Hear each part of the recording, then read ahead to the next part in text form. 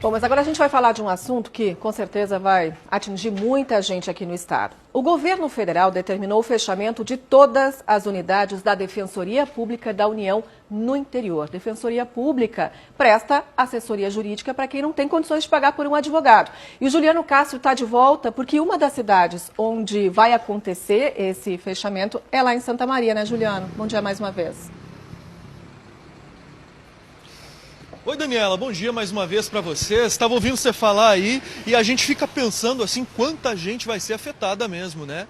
E não é só aqui em Santa Maria, não. Como a Daniela falou aí, gente, são outros 5 municípios, ao todo, então, 6 aqui no interior do Rio Grande do Sul.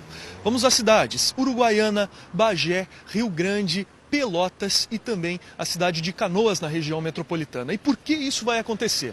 É que, de acordo com o governo federal, são cerca de 800 funcionários, esses servidores federais, que estão cedidos para as defensorias e que, a partir do dia 27 de julho, eles devem voltar para suas unidades de origem, seja Porto Alegre ou seja a capital federal lá em Brasília. Mas, claro, te faço o convite para a gente pensar, fazer um exercício de pensar quanta gente vai ser afetada com essa situação aí, principalmente quem depende, porque a gente não fala nem precisa, depende dessas unidades aqui no interior do Rio Grande do Sul.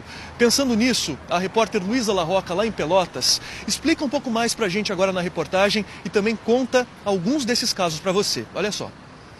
A Denise ficou desempregada. Precisa retirar um dinheiro que ficou retido no Fundo de Garantia e a Caixa Econômica Federal negou.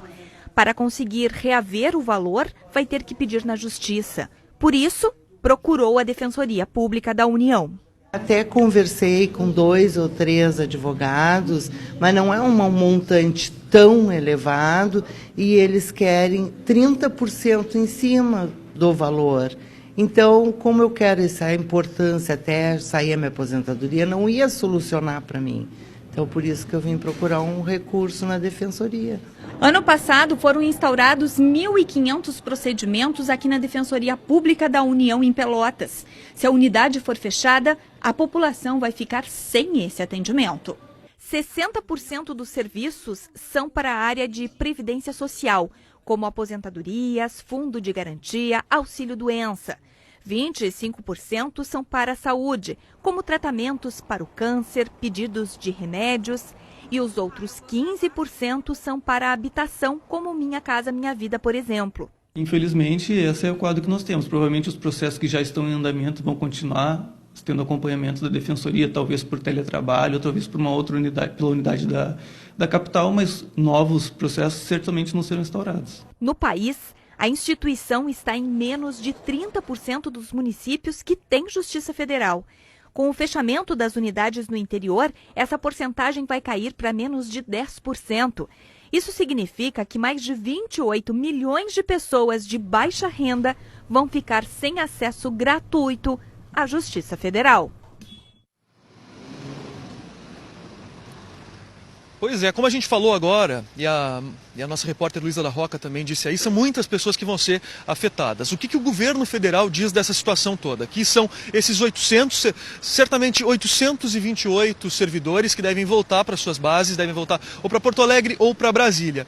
Eu te convido também para a gente entender um pouco mais sobre esse caso aqui. A Defensoria Pública da União, ela está tentando reverter essa situação politicamente. Eles conseguiram uma suspensão no Ministério da Economia, que deu 6 meses para devolver esses servidores.